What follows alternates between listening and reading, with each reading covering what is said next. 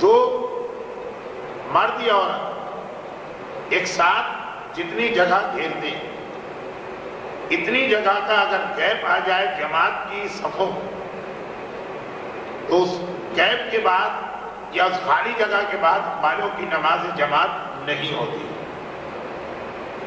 Gap کا مطلب یہ ہے کہ وہاں وہ جگہ خالی ہو یا وہاں پہ ایسے لوگ ہوں جو جماعت میں شریک نہیں.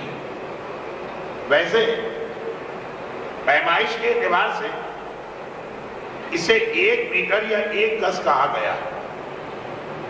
عام طور پہ ایک آدمی 1 میٹر کی جگہ نہیں گھیرتا، 2 آدمی. لیکن پیچھے کی صفوں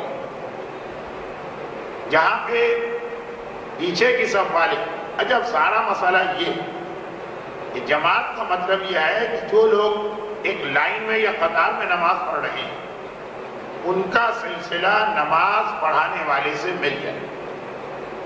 اور سلسلہ ملنے کا مطلب یہ کہ ان کے اور امام جماعت کے درمیان 1 گز یا 1 میٹر کا فاصلہ نہیں ہونا چاہیے، اس سے کم کا فاصلہ قابل قبول. تو جو پہلی صف ہوتی چونکہ پہلی صف والے امام جماعت سے صرف اپنے پہلو کے ذریعے سے سائڈ کے ذریعے سے مل سکتے ہیں، اس لیے پہلی صف میں اگر 1 گز کا فاصلہ آ گیا تو اس فاصلے کے بعد جو لوگ ان کا اور امام جماعت کا اتصال یا کنیکشن کٹ گیا. لیکن اگر پیچھے کی صف کے لوگ تو پیچھے کی صف کے لوگ وہ امام جماعت سے 2 طریقے سے مل سکتے ہیں. چاہے تو اپنے آگے کے ذریعے سے یعنی ان کے آگے کے صف ہے یہ اپنے آپ کو آگے والوں سے ملا پھر آگے والے اس امام سے ملا، اور یا پھر چاہے تو یہ بھی اپنے پہلو کے ذریعے سے اپنی سائڈ کے ذریعے سے امام جماعت تک پہنچ جائے. تو اس لیے پیچھے کی صف اگر کہیں پر اتنا بڑا گیپ آ بھی گیا 2 عورتیں 3 عورتیں 4 عورتیں وہ ایک ساتھ کھڑی ہو کے الگ نماز پڑھ رہی ہیں، لیکن ان کے بعد والی جو عورتیں جماعت کے ساتھ پڑھ رہی ہیں اگر اب یہ 3-4 عورتیں اگر ان کے برابر میں فرادہ پڑھ رہی ہیں تو پہلو کے ذریعے سے تو ان کا سلسلہ امام سے کھٹ گیا. لیکن اگر ان کے آگے وہ خواتین ہیں جو جماعت میں شامل ہیں اور ان کا سلسلہ امام تک جا رہا تب بھی ان کی نماز جماعت کے ساتھ درست قرار پائے گی. ہاں کہیں کہیں یہ ہوتا ہے جس کے امکانات یہاں پہ کم ہیں کہ پہلی صف آگے والی صف چھوٹی ہوتی ہے اور پیچھے والی صف لمبی ہوتی ہے، یعنی پیچھے والی صف کے آگے کوئی نہیں، وہ امام جماعت سے صرف پہلو سے مل رہے ہیں. تو وہاں پیچھے کی صف میں بھی پہلی صف کا مسئلہ آئے گا کہ اگر 2 یا 2 سے زیادہ عورتیں فرادہ نماز پڑھ رہی ہیں، یہ جگہ خالی یا وہاں پہ کوئی بیٹھا ہوا دعا مانگ رہا پڑھ رہا تو ان کا سلسلہ امام سے کٹ جاتا. اگر آگے کوئی نہیں تو پیچھے کی صف والے کا بھی وہی مسئلہ ہے جو پہلی صف والے کا ہے. لیکن جو ہماری مسجدیں آج کے باقاعدہ نقشے کے تحت ساری دیواریں وغیرہ سب برابر ہیں اس لیے یہ مسئلہ کم پیش آتا.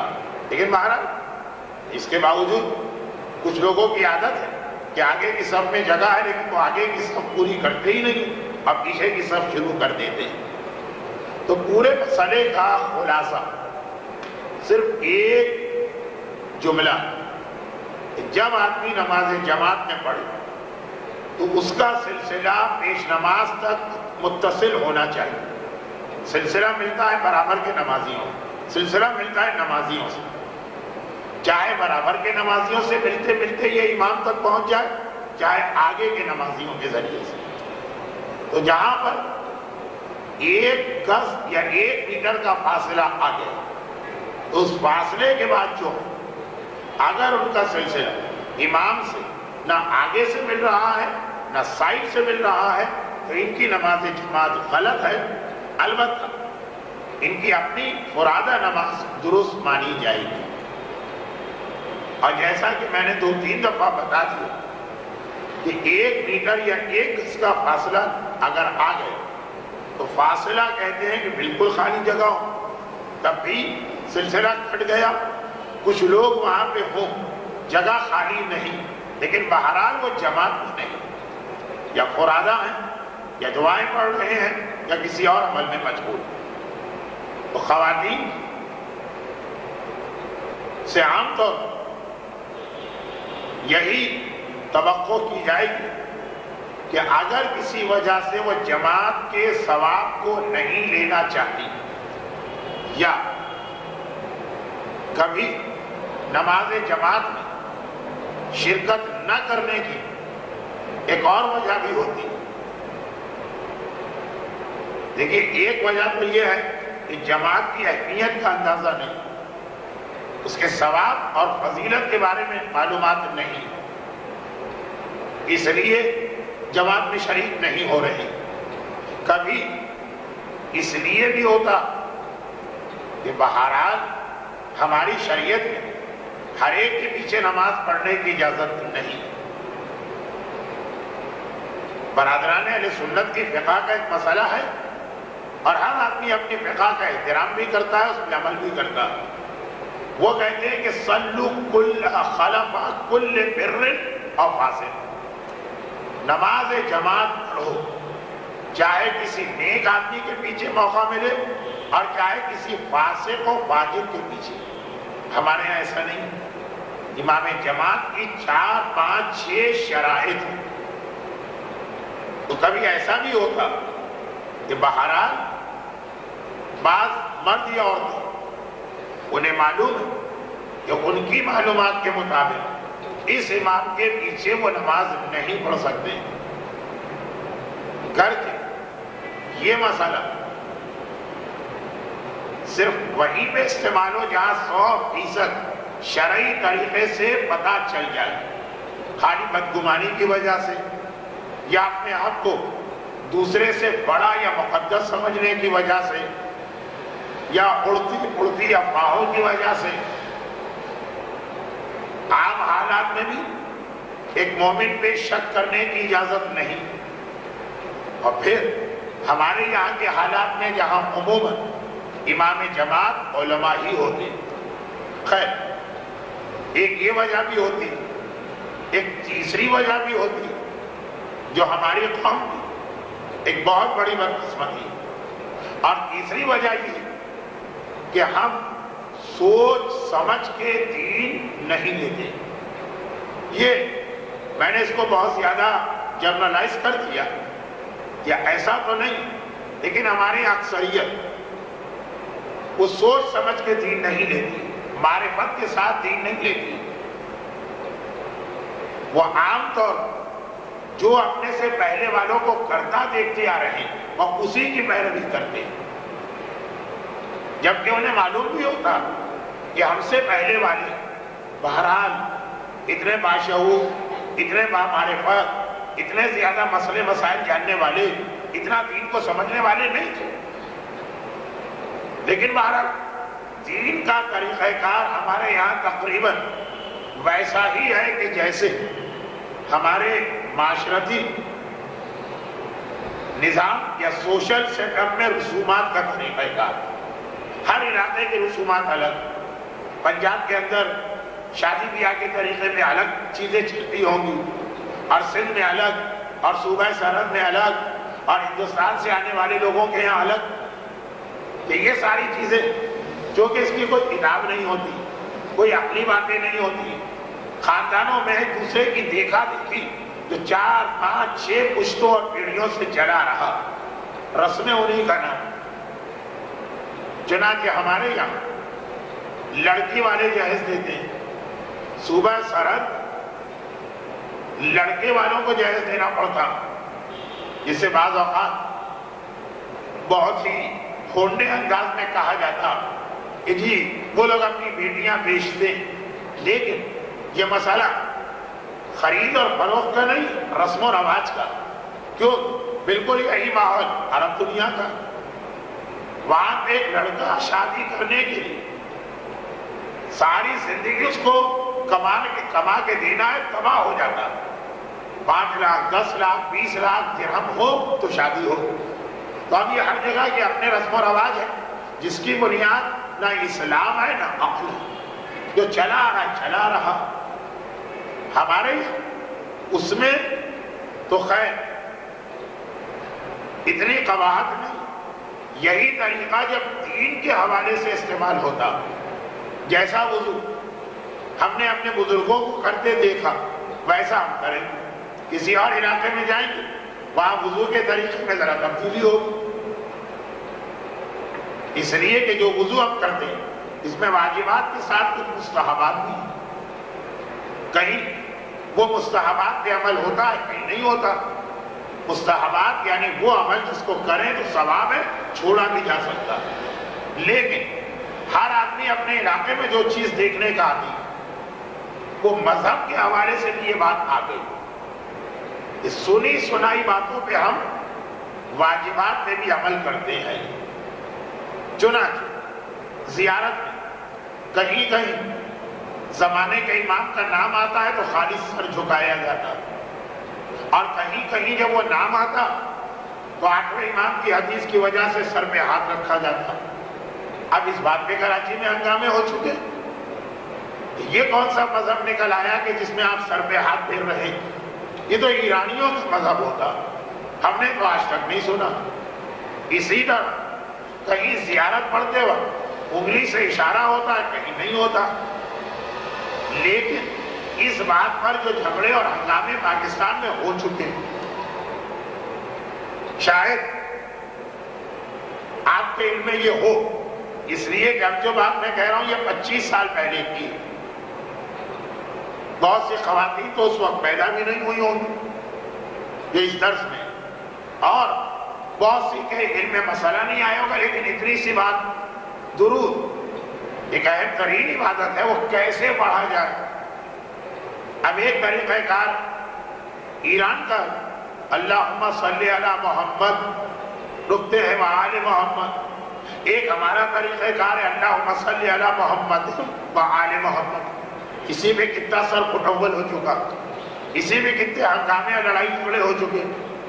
کہا کہ ہم نے تو ایسا درود آج تک نہیں سنا تھا.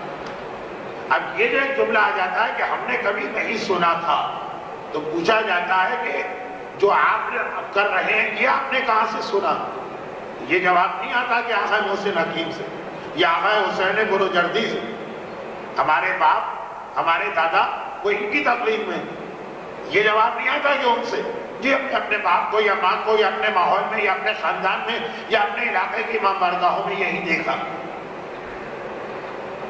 جبکہ ایک مسئلہ خالصتاً عربی کا مسئلہ ہے کہ عربی لفظ کو کیسے پڑھا جائے، اس پہ ہنگامہ کہ ہم نے تو آج تک نہیں سنا. ہمارا بھائی نہیں، ہم کیا پنجابی ہیں یا سندھی ہیں یا اردو بولنے والے ہیں، تو اپنی زبان کے لیے تو ہم کہہ سکتے ہیں.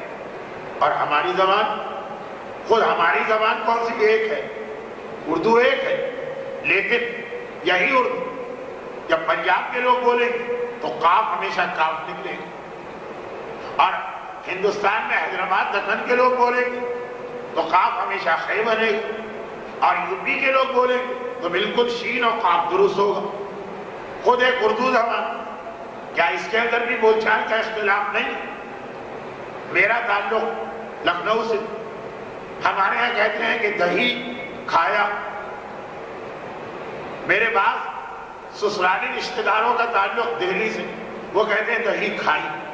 اب کھایا یہ کھائی، اس پہ اگر ہنگامہ ہو جائے، جھگڑا ہو جائے، قتل عام ہو جائے، تو اس سے زیادہ حماقت اور جاہلیت کیا؟ یہی انداز کچھ مذہب میں بھی آ جاتا. نہ فیصلہ پاکستان کے لوگ کریں گے کہ درود کیسے پڑھا جاتا، نہ ایران کے لوگ کریں گے. فیصلہ خالص عرب کے لوگ کریں گے. لیکن بات وہ نہیں ہوتی کہ عربی زبان کا کیا قاعدہ، بات یہ ہوتی ہے ہم نے آج تک ایسا درود نہیں سنا. آج 25 سال گزر گئے تو اب یہ مسئلہ اتنا سنگین نہ رہا. لیکن میں نے تو دیکھا تھا کہ ایسے مسئلے پر جس کا کوئی تعلق ہم سے ہے ہی نہیں، جس میں ہمیں فیصلہ کرنے کا اختیار ہی نہیں ہے، اس پہ فرقے بن گئے. فرقے باقاعدہ، یہ ویسا درود پڑھنے والے ہم ایسا درود پڑھنے والے. تو ساری خرابیوں کی جڑ اور بنیاد یہ کہ ہمارے یہاں مذہب کو شادی بیاہ کی رسم و رواج کی طرح سے خاندان کے بڑوں کی دیکھا دیکھی اختیار کیا جاتا. قرآن میں کیا ہے، حدیث میں کیا ہے، مجتہد کیا کہہ رہا ہے، اس سے کسی کو سروکار و غرض نہیں ہوتی. کیوں؟ شیطان فوراً دل میں خیال لے آتا کہ اگر اپنے بزرگوں کے طریقے سے ہٹ کے چلے تو اس کا مطلب یہ ہے کہ ہمارے بزرگ غلط تھے اور ان کے سارے اعمال بیکار تھے. یہ کیسے ہو سکتا؟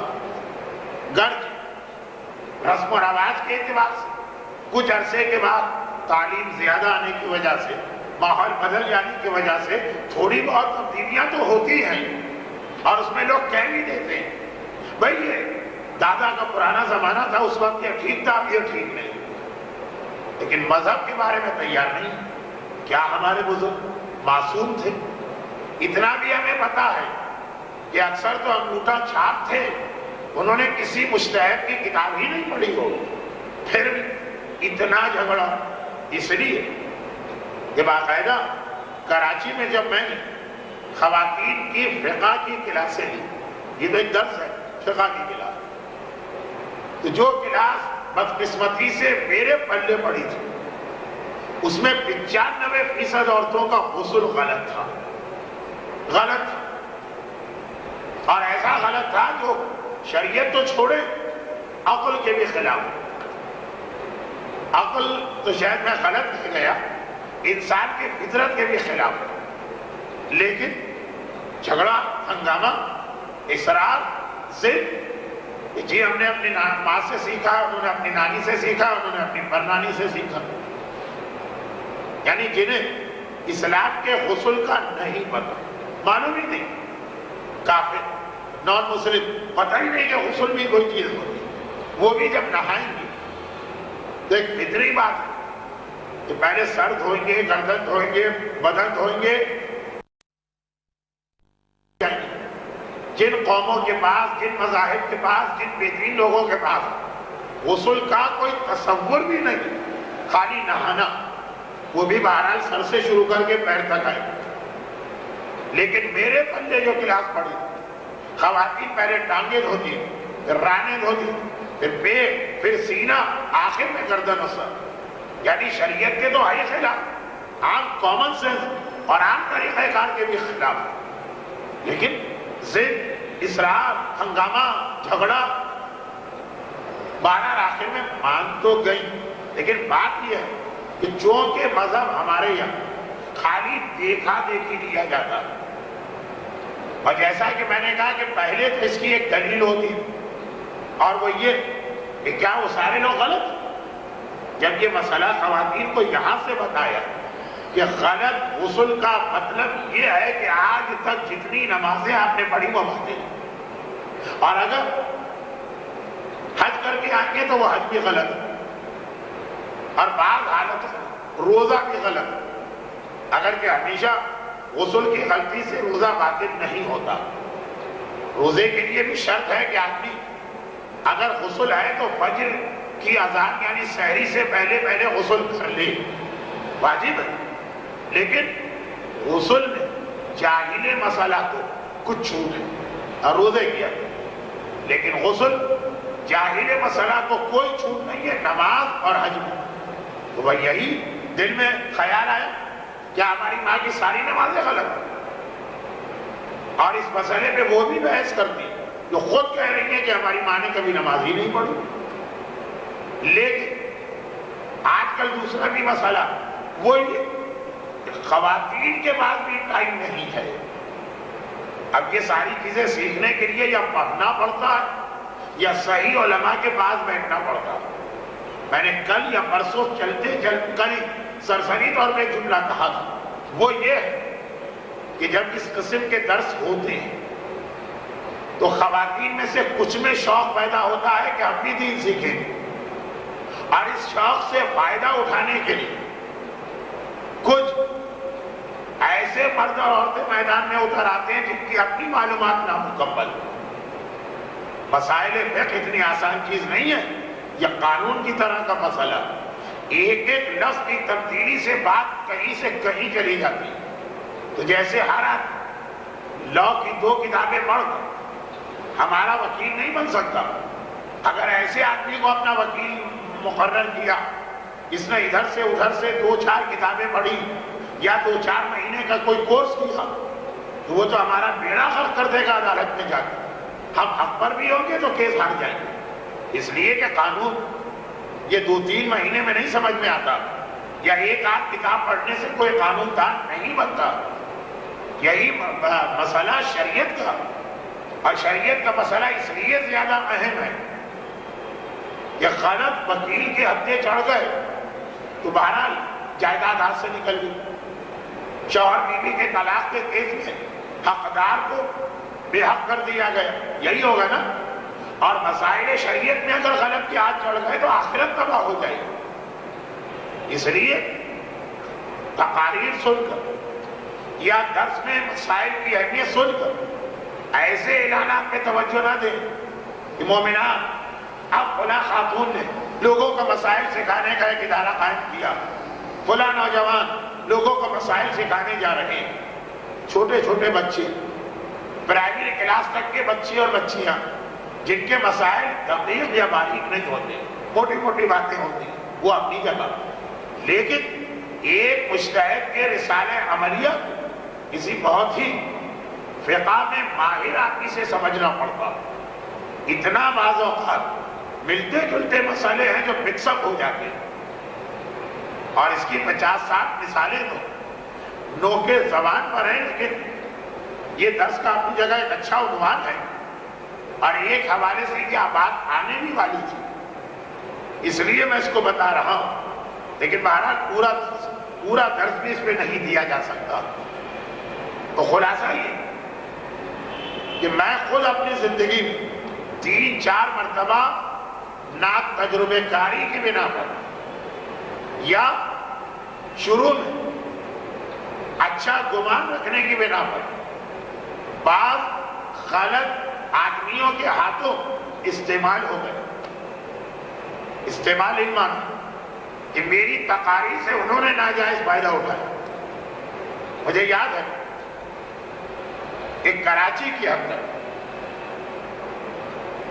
میں نے جب آج سے 31 سال پہلے مجالس پڑھنا شروع کی تھی اور درس دینا شروع کیے، تو اس وقت ہمارے کراچی کے ماحول میں سب سے کم تذکرہ ہوتا تھا زمانے کے امام کا.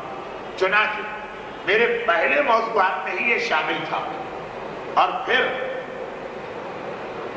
کراچی کے حوالے سے پاکستان سے باہر کے ملکوں میں کچھ کیسے کچھ آدھی باتیں گئی، تو اتنا شوق ہوا کہ اب میں جہاں جاتا ہوں میرا موضوع کچھ بھی ہو، لوگ ایک مرتبہ مجھے اپنے موضوع سے بدل لیتے. اور یہ بات جو میں کہہ رہا ہوں یہ کوئی ایسی بات نہیں ہے کہ جسے آپ کے سامنے ثابت نہ کر سکے. ہر سال ایام اعظم 6 یا 7 اشرے میرے انٹرنیٹ پہ ہوتے ہیں، اور آپ ہمیشہ دیکھیں کہ پہلی مجلس میں اعلان ہوا کہ اس سال کے اشرے کا یہ عنوان، 2 مجلسوں تک تو عنوان چلا، اب تیسری سے یہ عنوان اس لیے بدلا کہ اس علاقے کے اتنے سارے مومنین نے یہ سوال کیا اور یہ سوال کیا، اور عنوان بدل کے 99% زمانے کا امام ہوتا. لیکن نقصان کیا ہوا؟ اہم ترین ہمارا ٹاپک، ہم آج جو کھاتے ہیں تو امام زمانہ کی برکت سے، اور جو سانس لیتے ہیں تو امام زمانہ کے تو ہے.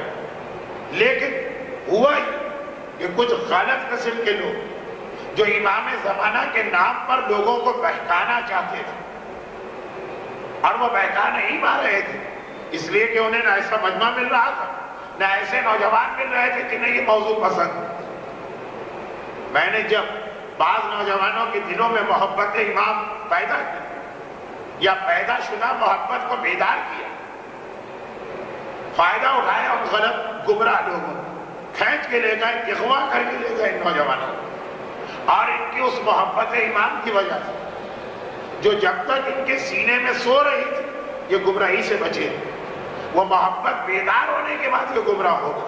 اور مجھے لگا کہ کہیں ایسا نہ ہو کہ اس میں میرا بھی اتنا قصور کہ ایک باقاعدہ نسل کو تیار کر کے ان کے حوالے کر دیا۔ اب میں بالکل اس کے برعکس مثال دوں، کراچی میں اور امریکہ میں بھی اور یورپ میں بھی میرے عام موضوعات میں ایک انتہائی اہم موضوع ہوتا آج شیطان کس طرح سے ہماری آنے والی نسل کو بہکا رہا۔ دو چیز، شیطان ہماری آنے والی نسل زیادہ تر دو چیزوں سے بہکا رہا۔ ایک ٹیلی ویژن اور اس کے اندر پھر وہ ڈش اور کیبل اور یہ وی سی آر اور یہ فلمیں اور یہ سب آ گئے، ایک اس کے ذریعے، اور آج کل اسی میں جو میڈیا کا لفظ اصلی، اسی کے اندر آج کل انٹرنیٹ بھی آ گیا۔ اس سے زیادہ معلومات پہنچانے والی چیز پوری انسانیت کی تاریخ میں کوئی نہیں، اور اس سے زیادہ گمراہ کرنے والی چیز بھی انسانیت کی تاریخ میں کوئی نہیں۔ انٹرنیٹ پہ جو معلومات آتی کوئی اس کے صحیح اور غلط ہونے کا معیار ہی نہیں۔ جس کا دل چاہتا ہے بیٹھ کے ایک سائٹ کھولتا ہے، اس کے اندر اسلام کے نام پہ پتہ نہیں کتنے لغویات بھر دیتا، اور اسی انٹرنیٹ کے ذریعے سے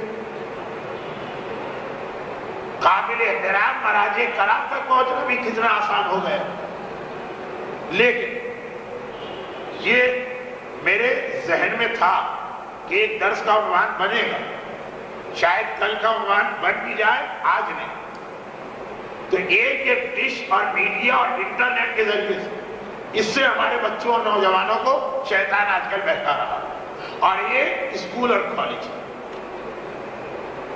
اب یہ دو چیزیں ایسی کہ جب ہم اس کے اندر اپنے بچوں کو بھیجے تھے اور یہاں سے بات چلی تھی، دوسری جانب شیطان نے باپ اور ماں کو اتنا بزی اور مشغول کر دیا کہ ان کے پاس وقت ہی نہیں ہوتا اپنی اولاد کو دیکھنے۔ تھوڑی بہت اگر والدین کی توجہ رہے تو چیک ہوتا رہے گا، ایک سیلف سینسر گھر کے اندر لگا رہے گا، لیکن واقعاً آج کی زندگی اتنی مصروف کر دی، باپ صبح کا نکلا گیا، رات گئے واپس آتا۔ فیصل آباد تو پھر تیسرا بڑا شہر ہونے کے باوجود مزاج کے اعتبار سے چھوٹا شہر، لاہور میں دیکھیے، کراچی میں دیکھیے، اتنا مصروف کر دی کہ وقت ہی نہیں۔ اب اسے پتہ ہی نہیں کہ آدھا دن میرا بیٹا اسکول اور کالج میں کن لوگوں کے ہاتھ میں پھنس گیا، اور باقی آدھا دن اور رات ڈش اینٹینا اور ٹیلی ویژن کے ذریعے کہاں چلا گیا۔ چنانچہ ان دونوں خرابیوں کا علاج ایک تو یہ ہے کہ اتنی طاقت ہمارے پاس ہو کہ مار دھاڑ شروع کریں، یہ بھی ختم وہ بھی ختم، وہ نہ اتنی طاقت ہمارے پاس ہے اور نہ وہ اسلام کا مزاج ہے۔ اور دوسرا جو اسلام کا مزاج ہے، دوسرا طریقہ یہ کہ ہمارے پاس اپنے اسکول اور کالج جہاں پڑھائیں وہی جس کی تمنا اور خواہش کی وجہ سے والدین خرچہ کر کے اپنے بچوں کو بھیجتے، پڑھائیں وہی لیکن ماحول اپنا دیں، اور ساتھ میں پھر یہی کام زیادہ بڑے پیمانے پر ڈش کے ذریعے ہو، ہمارا اپنا شیعہ چینل ہو۔ خیر وہ تو بہت بڑی بات ہے، یہ چھوٹا موٹا ایسا پروجیکٹ یونیورسٹی نہ بنا سکیں، کالج نہ بنا سکیں، اسکول تو بنا سکتے ہیں، اور تبلیغ کا ایسا ذریعہ کہ ہم خرما اور ہم ثواب۔ آج کل آپ کو معلوم ہے کہ پاکستان دولت کمانے کے اعتبار سے دو کاروبار بہت زیادہ چلتے ہوئے، ایک تعلیم، ایک صحت، ایک اسپتال بنائیے اور وارے نیارے ہو جائے، اور ایک اسکول اور کالج، تو آپ پیسہ بھی آدمی کمائے اسی سے اچھا خاصا۔ دیکھتے ہی دیکھتے دو کمروں کے اندر کراچی میں بننے والے اسکول، اور کتنی عالیشان عمارتیں، اور ایک اسکول کے 12 14 کیمپس، پیسہ بھی ہے، دین کی خدمت بھی ہو رہی۔ عام طور پہ خدمت دین کے جو دوسرے طریقے ہیں اس میں ہمیشہ غربت ہی رہتی، دوسروں سے پیسہ مانگنا پڑتا، چاہے علماء ہو، چاہے آئی او، چاہے آئی ایس او، چاہے کوئی بھی تنظیم، یہ والا تبلیغ کا ذریعہ ایسا کہ لوگ خوشی سے آ کے پیسے دیتے ہیں۔ کتنی بھاری بھاری فیسیں پاکستان میں ہو گئی، ایک بچے کی اتنی فیس ہے جس میں پہلے زمانے میں پورا محلہ مل جاتا تھا۔ لیکن خیر، یہ تو میں ایسی طرف چلا گیا جو اپنی جگہ ایک اہم موضوع تو ہے، فی الحال جو میں بات کہہ رہا ہوں وہ نامکمل نہ رہ جائے۔ تو یہ جب میں نے تصور دیا اور مجالس میں بہت زیادہ پڑھا، نتیجہ کیا نکلا؟ مجھے ایسا لگا کہ میں استعمال ہو گیا۔ بالکل کمرشل اور تجارتی لوگ جنہیں نہ دین کی محبت ہے، نہ تبلیغ سے کوئی غرض ہے، بلکہ خود بے دین ہے، انہوں نے میری ان تقاریر کو استعمال کیا۔ کہا دیکھیے مولانا نے بھی بتایا یہ کتنا اہم مسئلہ، پیسہ بھی جمع کیا، اسکول بھی قائم کیا، والدین کو اپنے اسکول میں یہ کہہ کے کھینچا کہ یہ ہے وہ اسکول جو مولانا اپنی مجلس میں 10 سال سے چیخ رہے ہیں۔ اب بالکل تجارتی اسکول، یہاں پہ اتنا ہی بگاڑا جا رہا جتنا عام اسکولوں میں بگاڑا جاتا، البتہ ایک فرق کے ساتھ کہ عام اسکولوں میں جب والدین بھیجے تھے تو اگر ذرا سمجھدار تو ایک فکر تو رہتی ہے نا کہ بچہ کیا کر رہا۔ ایسے اسکولوں میں بھیج کے والدین بے فکر بھی ہو گئے کہ بھئی یہ تو بالکل اسلامی اصولوں اور آل محمد کی تعلیمات کا ماحول والا اسکول، یہاں تو بچے سے پوچھنے کی ضرورت ہی نہیں۔ جیسے آپ کا بچہ اگر یہ کہے کہ میں دوستوں کے ساتھ کھیلنے جا رہا ہوں تو ایک پریشانی ہوتی ہے، پتہ نہیں کیسے دوست ہے، کہاں جا رہا ہوں، اور میں مسجد میں جا رہا ہوں اطمینان ہوتا ہے والدین کو ایک اچھی ہی جگہ گیا۔ جبکہ اسلام میں مسجدیں ضرار کے نام سے گمراہ کرنے والی مسجدیں بھی ہیں، جو بات ہماری مسجدیں نہیں، لیکن ایک بات میں کہہ رہا ہوں کہ لندن کے 7 جولائی کے بم دھماکے، 9/11 7/7، یہی 2 چیزیں مشہور ہو گئی۔ جنہوں نے یہ بم دھماکے کیے ان کے والدین خوشی اس بات پہ تھے کہ جی وہ انگلینڈ کے ڈانس اور ڈسکو اور شراب خانے اور پب کے ماحول کو چھوڑ، ہمارا بچہ کہہ رہا ہے کہ میں پاکستان جا رہا ہوں، وہاں اسلام ہے نا، 3 مہینے کے لیے اسلام سیکھنے جا رہا ہوں۔ اگر سیکھ کے اسلام تو نہیں آیا، بم دھماکہ، بم بنانا اور بم دھماکے کرنے کا طریقہ سیکھ گیا ہے۔ لیکن کتنے خوش تھے والدین، واہ واہ کیا کہنا ہمارے بچوں کی دینداری کا، اسلام سیکھنے کے لیے وہاں جا رہے ہیں، وہاں کوئی 3 مہینے کا کورس کرایا جا رہا ہے۔ تو یہ اسکول جن کی میں نے مثال یہ اور زیادہ خطرناک کراچی میں ثابت ہوئی کہ عام اسکولوں جو عیسائی چلا رہے ہیں، ہندو چلا رہے ہیں، بے دین اور شرابی چلا رہے ہیں، وہاں جانے والے بچوں کو والدین کم صحیح پلٹ کے پوچھ تو لیتے ہیں کہ کیا ہو رہا، دیکھ تو لیتے ہیں۔ یہاں والے بچوں کو تو بالکل اطمینان ہے، فلاں آدمی آیا تھا، اپنا مومن تھا، مولانا کا کیسے لے کے آیا تھا، یہ بتا رہا تھا کہ کیسے وہ اس اسکول میں آل محمد والا ماحول بنائے گا، یہ تو بالکل اچھا اسکول ہوگا، تو یہ اور خراب نہیں ہے۔ تو اسی طرح سے جب میں بہت زیادہ مسائل کی بات کی کراچی میں، تو وہاں بھی یہی ہو کہ نامکمل معلومات جنہیں خود بھی موٹے موٹے مسئلوں کے علاوہ کوئی نہیں معلوم تھا، وہ لوگ میدان میں آ گئے، جی ہم پڑھائیں گے آپ کو مسائل، مولانا لوگ تو بہت مصروف ہوتے ہیں، ہم ٹائم دے رہے ہیں۔ یہ بھی نہ ہو، ایسا تو نہیں ہے نا کہ جاہل نانی اور دادی سے نکال کر اتنے ہی جاہل مردوں اور عورتوں کے حوالے کر کے سمجھے کہ خدمت دین ہو گئی۔ کیوں؟ مسائل میں باریکیاں بہت ہوتی ہیں، اور بعض تو ایسی باریکیاں ہوتی ہیں کہ پھنس گئے تو واپس نہیں آ سکتے۔ جیسے وضو میں غلطی ہو گئی، یہاں واپسی کا راستہ ہے، بھائی یہی ہے کہ جتنی نمازیں غلط وضو سے پڑھی انہیں دہرا لی۔ نماز دہرانا اتنا مشکل کام تو نہیں ہے۔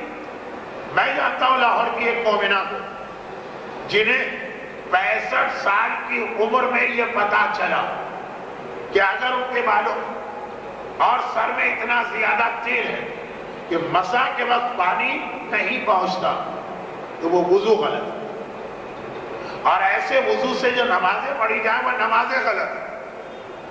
65 سال کی عمر میں پتا چلا۔ وہ اپنی 56 سال کی نمازوں کی قضا شروع کر چکے. اس عمر میں آ کر اتنی ساری نمازیں سن کر آدمی میں بغاوت پیدا ہوتی ہے. اللہ قبول کرنے والا جو میں نے کیا صحیح کیا. یہاں تو اگر کسی سے کہا جائے کہ آپ کی عمر ابھی تو 22, 24, 25 سال 15 سال کی قضا نمازیں پڑھنا ہے, وہ ایک ناممکن بات لگتا. لیکن ایسی بھی مومنہ ہیں اور اسی دور میں ہے اور اسی ماحول میں ہے. ایسا نہیں کہ 500 سال پہلے کی ایسی مومنہ ہو اسی زمانے میں اور اسی ماحول میں. ایسا بھی نہیں کہ جی وہ نجف میں کوئی ہوں گی ایسی خاتون یا قم میں. لاہور تو فیصل آباد سے بھی زیادہ آگے ہے ایسی مومن جہاں خوف خدا ہوتا اور آخرت میں جواب دہی کا احساس ہوتا. وہاں پہ پھر آدمی اس کی پرواہ نہیں کرتا. لیکن واپسی کا راستہ ہو, روزے اگر کسی کے غلط نکلے کئی سال بعد پتہ چلا تو ابھی یہ نہیں ہے کہ دروازہ بند ہو گیا.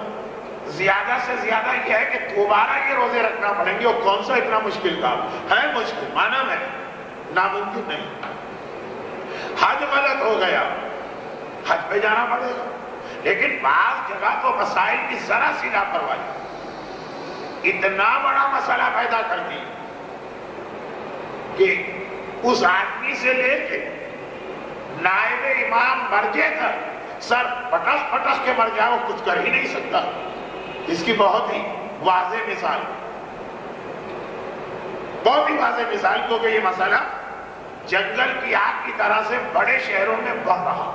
اور وہ یہ کہ خواتین کا ظالم غلط خراب شوہر سے طلاق لینا, جبکہ آج کل تو وہ ماحول بن گیا کہ شوہر اچھا بھی ہے. ذرا ذرا سی بات پہ ہماری بچیاں, کیونکہ اسکولوں میں, کالجوں میں, یونیورسٹیوں میں بھی یہی سکھایا جاتا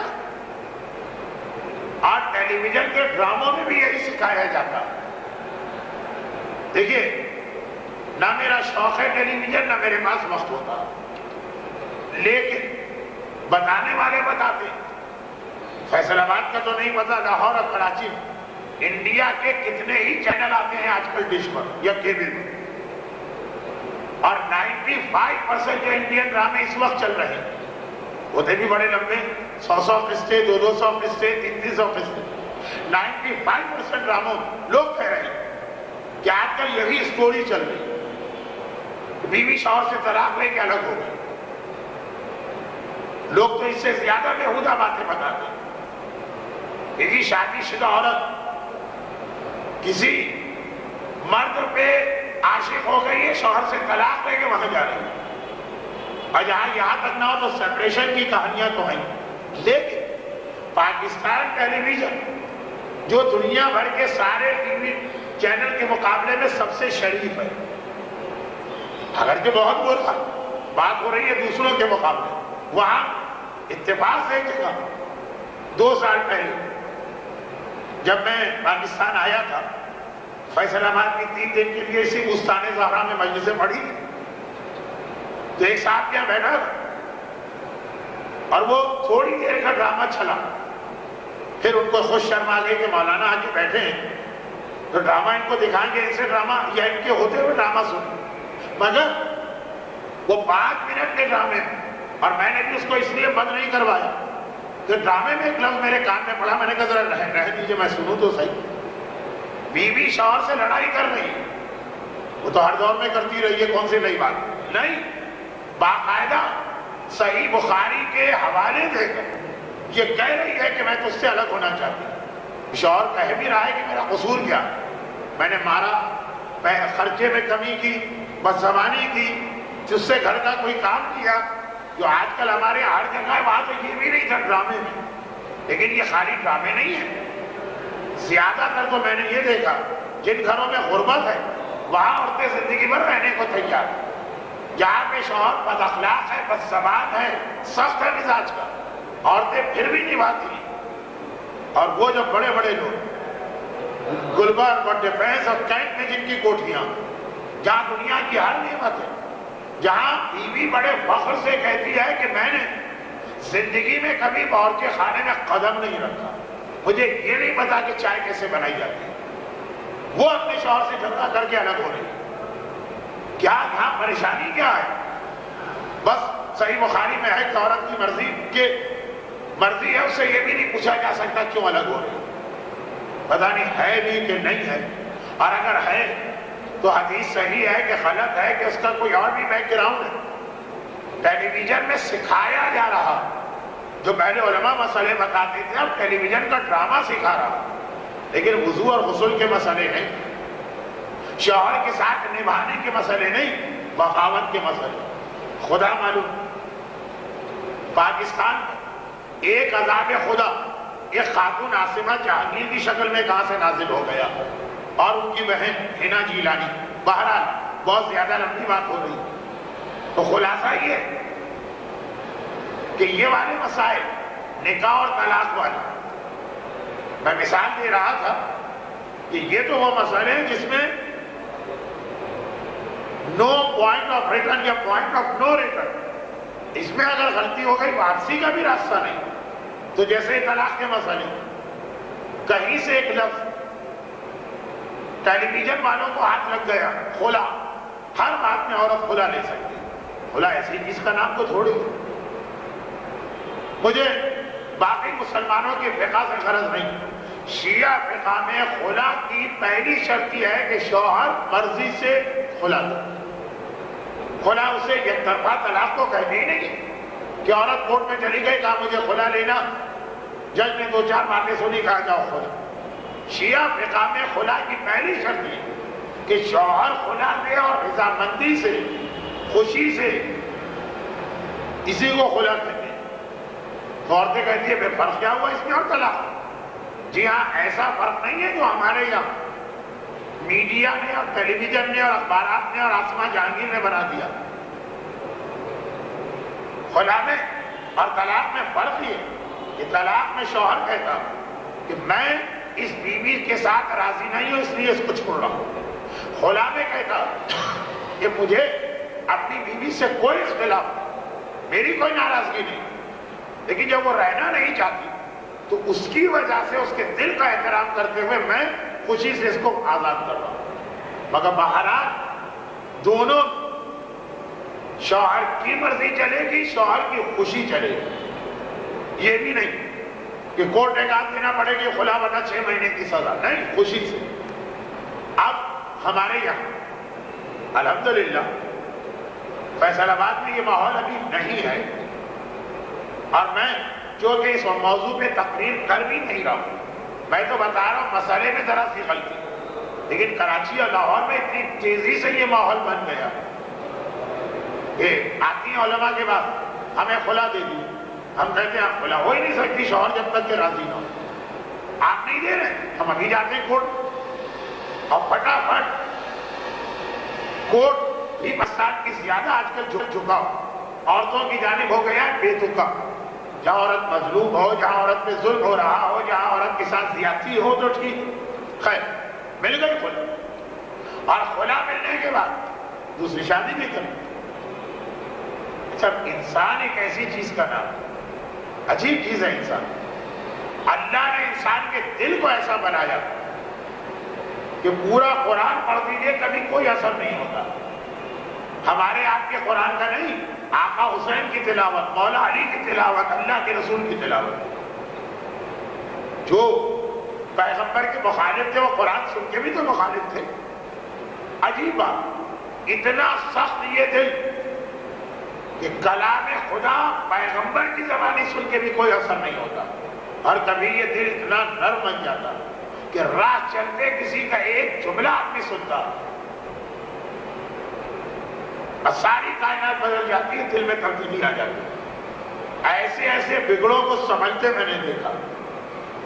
اب اگر زندگی میں کسی مرحلے پر بھی احساس ہو کہ جی ہم نے بڑی غلطی کر، کورٹ کی طلاق کو طلاق ہی نہیں، گویا شادی شدہ عورت نے دوسرا نکاح کیا، اب وہ آتے ہیں، یہ کیس بھی ہمارے ہی پاس آتے ہیں، مولانا بھائی غلطی ہو گئی، وضو کی غلطی ہو گئی، ہم نے کہا نماز پڑھ لیجیے بہت اچھا، حج میں غلطی ہو گئی، ہم نے کہا دوبارہ حج قضا کر لیجیے اچھا، روزے میں غلطی ہو گئی، ہم نے کہا اچھا ٹھیک ہے جائیے قضا رکھ لیجیے، اسی طرح سے آ کے کہتی ہے کہ طلاق میں غلطی ہو گئی، اب اس میں کوئی طریقہ بتا دیجئے کہ معاملہ ٹھیک ہو جائے۔ اب وہ پرانا شوہر بھی راضی ہے، کہتا ٹھیک ہے، الگ ہو گئی ہو، دوسرے کے گھر گئی ہو، میں دے دیتا ہوں صحیح طلاق، کون سے عالم سے طلاق چاہیے میں اجازت دے دیتا ہوں۔ لیکن مسئلہ شرعی کہ نکاح پر نکاح اگر ہو جائے تو یہ عورت اپنے دوسرے شوہر کے لیے ہمیشہ ہمیشہ قیامت ابد العابدین کے لیے حرام۔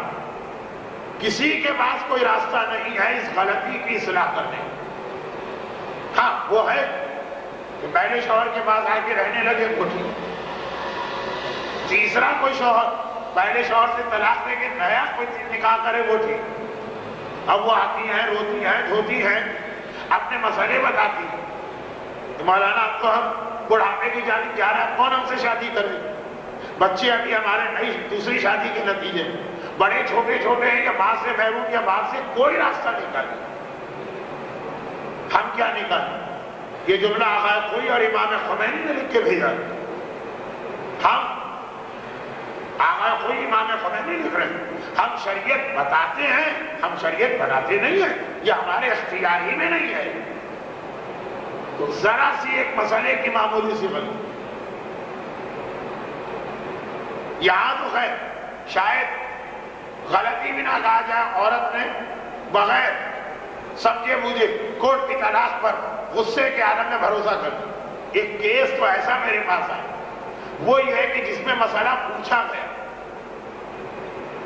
اور وہ یہ کہ ایک خاتون، ان کی شادی ہوئی یعنی خالی نکاح ہوا، لڑکا انڈیا میں تھا، لڑکی یہاں تھی، اور یہ طے پایا کہ اگلے سال جائیں گے اور وہاں پہ جا کے نکاح کر کے بیٹی کو رخصت کر دیں۔ یہ کراچی کا واقعہ ہے، خبر ہے کہ ابھی خالی نکاح ہوا ہے، دونوں نے ایک دوسرے کو دیکھا بھی نہیں، خبر آئی کہ وہ ایکسیڈنٹ میں شوہر کا انتقال ہو گیا، دیکھا تک نہیں تھا، البتہ نکاح کے 2 بول تو پڑھوائے گئے تھے۔ اب مسئلہ یہ بن گیا کہ اتفاق سے فوراً ہی دوسرا رشتہ آیا، اور بہت اچھا رشتہ آیا۔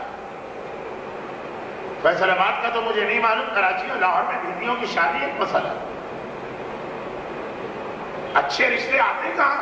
اور پھر ایسی لڑکی جس کا ایک نکاح ہو چکا، دوسرا رشتہ آیا بڑا اچھا ہے، لیکن ان کا یہ کہنا ہے کہ ہمیں فوری نکاح کرنا ہے۔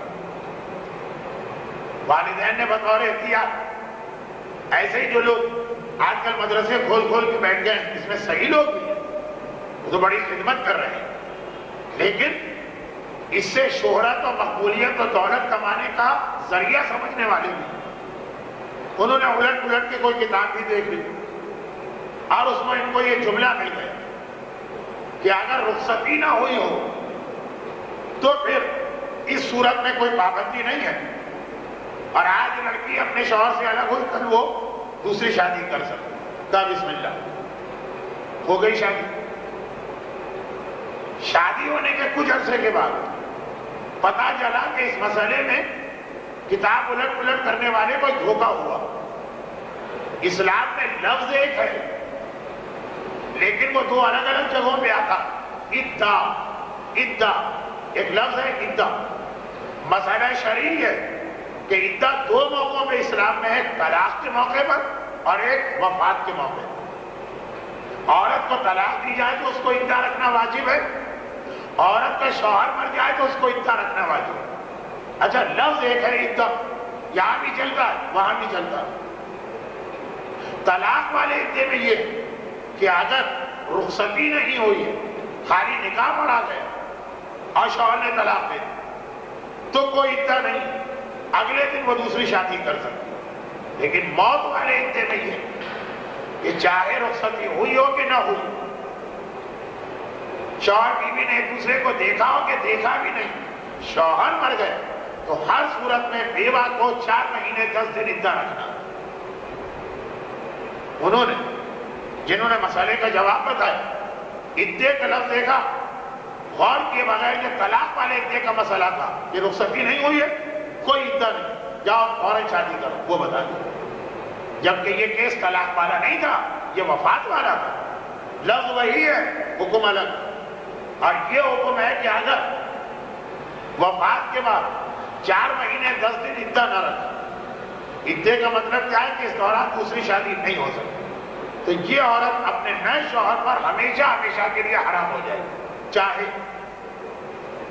چاہے جان بوجھ کے ہی عمل ہو، لاعلمی میں ہی عمل ہو، غلط مسئلہ سمجھنے کی وجہ سے ہی عمل ہو، چاہے اب یہ توبہ کرنے کو تیار ہو، کفارہ دینے کو تیار ہو، قضا کرنے کو تیار ہو، ہر سزا بھگتنے کو تیار ہو، کہیں بس کسی طرح سے یہ والا نکاح صحیح کر ہو ہی نہیں سکتا. بڑی اس حوالے سے باریکیاں ہیں. یاد ہے تاریخ میں نویں امام نے اپنی چچا کو ڈانٹ دیا جو مسجد النبوی میں بیٹھ کے مسئلے بتا رہے ہیں، اور یہی جملہ امام نے کہا جو مسئلہ میرے جد کی روایت میں آیا وہ موت کے حوالے سے اور آپ اس حوالے سے بتا رہے ہیں. تو خیر بات کیا بنی؟ کہاں سے ہم چلے گئے. بات یہ بنی کہ چونکہ ہمارے پاس جو ہوتا آ رہا ہے بس وہی کرو. دین کو سیکھنے کا، دین کو سمجھنے کا، دین کو حاصل کرنے کا، صحیح ذریعے سے حاصل کرنے کا نہ شوق ہے نہ وقت ہے. یہ جو جملہ تھا وقت نہیں، اس لیے جس عورت کو نماز جماعت نہیں پڑھنا ہے نہ پڑھے، واجب تو نہیں ہے، دوسروں کی نماز کیوں غلط کر رہی ہے؟ یہ مسئلہ خالی عورتوں کا نہیں ہے، یہ مسئلہ مردوں میں بھی ہے، اور خاص طور پہ نماز جنازہ میں تو یہ مسئلہ بہت پیش آتا ہے. لیکن خیر مردوں کے درس کی بات ہوگی تو وہاں پڑھا جائے گا. اتنی سی بات کہ خود تمہیں ایک عبادت نہیں لینا تو کیا اتنی بڑی مسجد اور امام بارگاہ یہی ایک جگہ رہ گئی کہ جہاں پہ نماز پڑھ کے اپنی نماز کا ثواب بھی کم کر رہی ہو تو کہ فرادہ، اور دوسروں کی بھی نماز غلط کروا رہی ہے. نہ عقل اسے برداشت کرنے کو تیار ہے نہ شریعت. اور وجہ صرف یہ کہ مسئلے نہیں معلوم، اور مسئلے اس لیے نہیں معلوم کہ یا تو دیکھا دیکھی عمل کا رواج ہے اور یا وقت نہیں.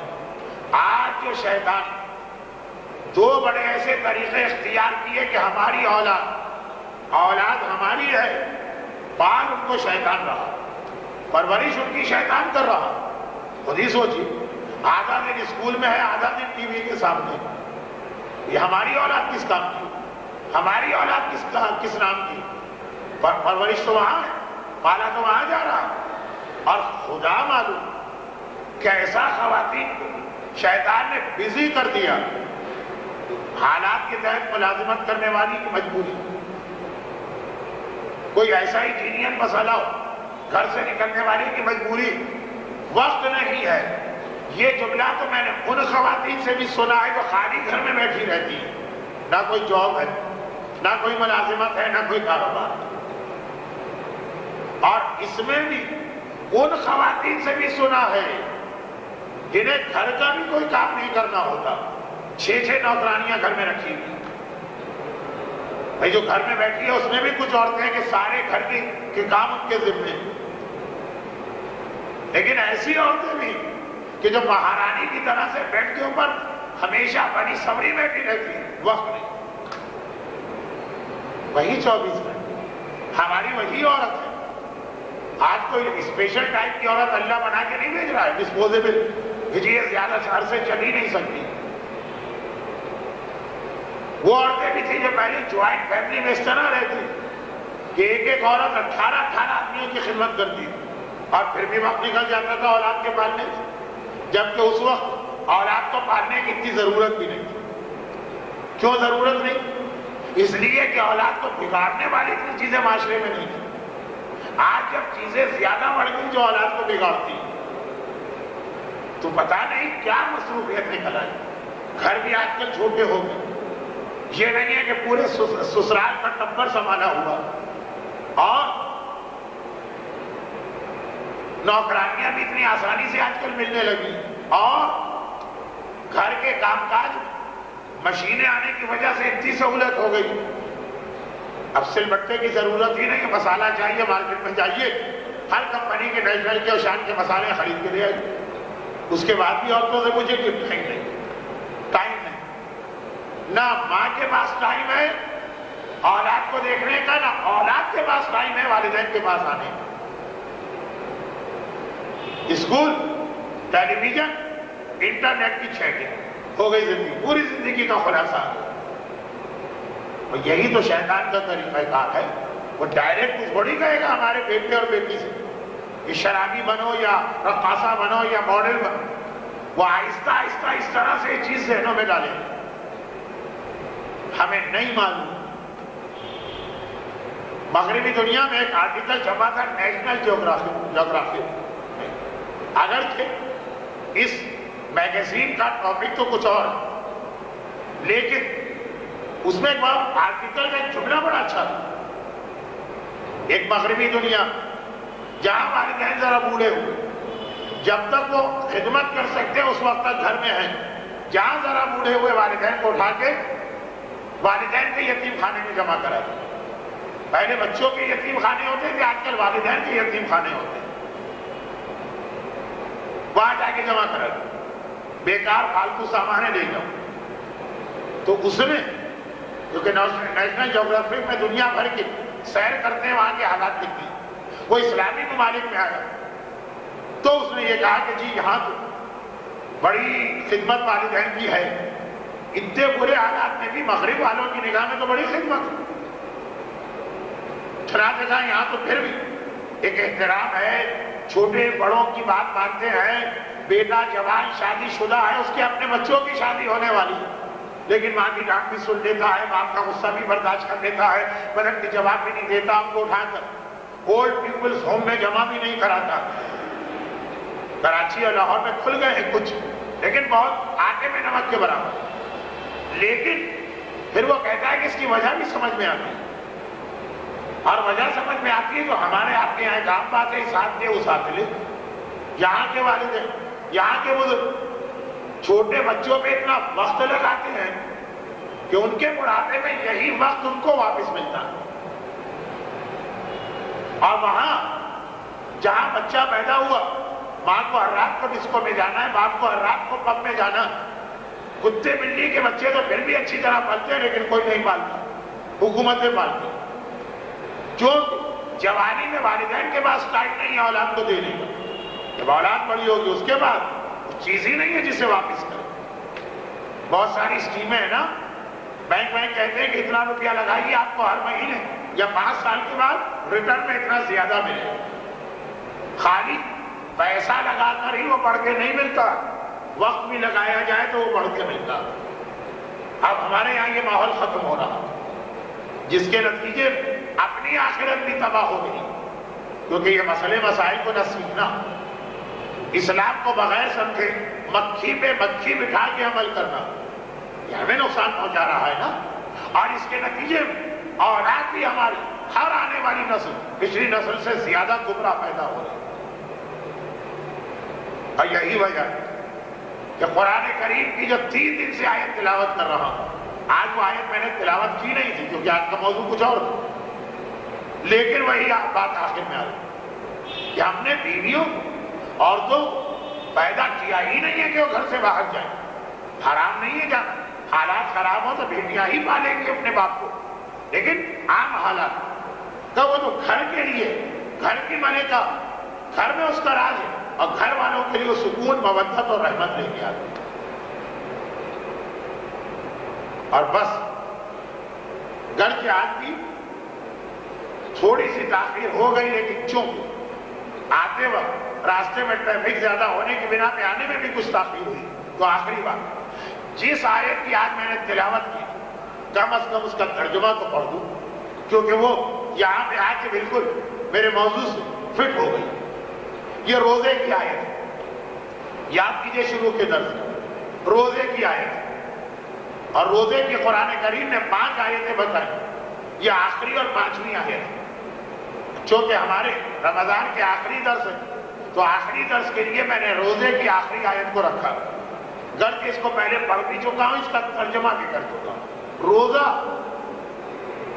قرآن روزے کا بیان کر رہا ہے، روزے کے مسئلے بتا رہا ہے. بیچ میں آ گئے. ہن لباس لکم وانتم لباس لہن. عورت تمہارا لباس ہے اور تم ان کا لباس ہے. شوہر اور بیوی کے رشتے کو بتایا جا رہا ہے. 3 دن آیت تلاوت ہوئی. عورت کو پیدا کیوں کیا گیا؟ سکون، رحمت اور مودت کے. چوتھے دن آج عورت کی ایک ذمہ داری آ رہی ہے جو مرد کی بھی برابر سے. وہ تمہارا لباس ہے اور تم ان کا لباس ہے. لباس کیوں پہنا جاتا ہے؟ لباس کیوں پہنا جاتا ہے؟ یہ ایک سوال ہے.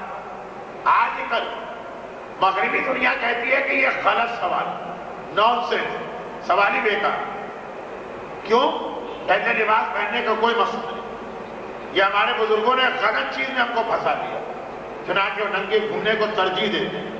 اور یہ محاورتاً نہیں، حقیقتاً خاص طور پر یورپ میں ہالینڈ، جرمنی اور ڈنمارک، کتنے زیادہ ایسے گھر ہیں جہاں گھر میں آ کے کوئی کپڑا پہننے نہیں جاتا، سارے گھر والے ایک ساتھ. خیر، وہ کہتے ہیں یہ سوال ہی غلط. ہم کہتے ہیں سوال غلط ہو ہی نہیں سکتا. کامن سینس کی بات نہیں ہے. قرآن بھی کہہ رہا ہو تمہارا لباس ہے. عام طور پہ لباس کے 3 مقصد. نمبر 1، لباس کا مقصد موسم کی سختیوں سے آدمی کو بچانا. یعنی باہر کیا، موسم تو باہر ہوتا ہے، باہر کی جو پریشانیاں ہیں، جو سختیاں ہیں، جو نقصان پہنچا سکتی ہیں، اس کو بچانا. چنانچہ گرمی کے لباس الگ ہوتے ہیں، سردی کے الگ ہوتے ہیں، بارش کے الگ ہوتے ہیں.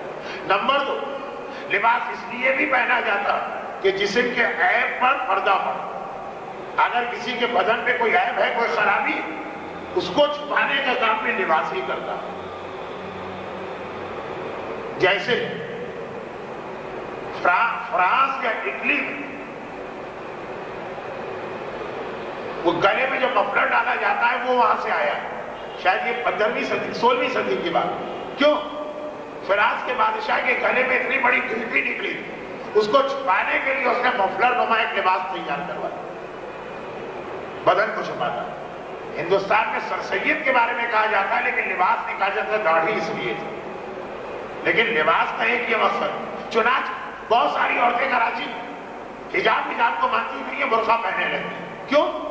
کہا کہ ایک آسانی ہے کہ کپڑے بغیر استری کے ہیں، میلے ہیں، کچن میں کام کر کے آئے، دھبے وبے، باہر کہیں جانا ہے، تیاری کی ضرورت نہیں. اوپر سے ابا ڈالی، برقع پہنا اور نکل گئے. بہرحال یہ ایک مقصد ہے لباس کا. اور تیسرا مقصد ہوتا ہے آدمی کی شان بڑھاتا ہے لباس. آدمی لباس خریدتا ہی ہے دیکھ کرے کہ لباس میرے اوپر جچے. آدمی کی شان بڑھاتا. باقاعدہ پوری ڈریس ڈیزائننگ کی ہے، اپنی ایک سائنس ہوگی. جو ٹھنگنی عورت ہے تو وہ لمبی لمبی دھاریوں والی قمیض پہنے، لمبی لگنے لگے. اور بہت لمبی عورت ہے تو وہ ہاریزنٹل یا چوڑائی والی پٹیوں والی قمیض پہنے تو ذرا ٹھیک لگنے لگے.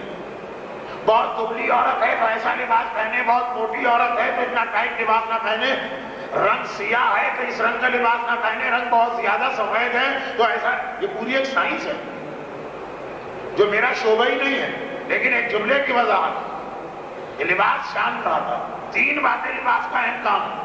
قرآن کریم نے کہا عورتیں تمہارا لباس، بیویاں تمہارا لباس. تو بیوی کی 3 ذمہ داریاں اس لباس میں آ گئی، اس جملے میں آ گئی. یعنی تمہارا کام ہے اپنے شوہروں کی شان بڑھانا. شان بڑھانا یعنی مقصد تکبر و غرور نہیں، عزت بچانا. ہر جگہ تمہارا کام ہے اپنے شوہر کے عیبوں میں پردہ ڈالنا.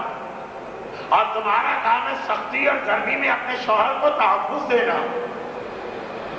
سارے معاشرے پریشانیاں گھر کے باہر ملے شوہر کو، گھر کے اندر آئے تو ایسا راحت و سکون ہو. کہ اگرچہ فلمی دنیا نے اس جملے کو بدنام کر دیا، لیکن واقعی یہ روایتوں کا خلاصہ کہ آدمی کہے میرا گھر میری جنت ہے. غالباً یہ پاکستان کی کسی فلم کا نام تھا، اس لیے مجلسوں میں تو جملہ کہنے کی ہمت بھی نہیں پڑتی ہے. درس ہے تو کہہ رہا ہوں. اتنا سا لفظ استعمال کر کے بیویاں تمہارا لباس ہے.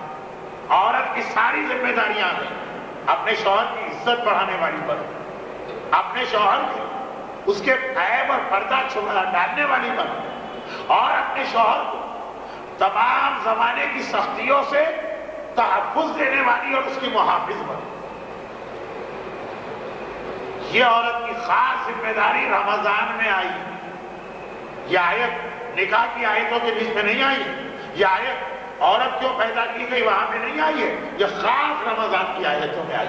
یعنی رمضان کا ایک پیغام یہ ہے کہ عورتوں کو ایسا بنایا جائے, اور یہی پیغام مردوں کے لیے بھی ہے, لیکن وہ انشاءاللہ شام کے درس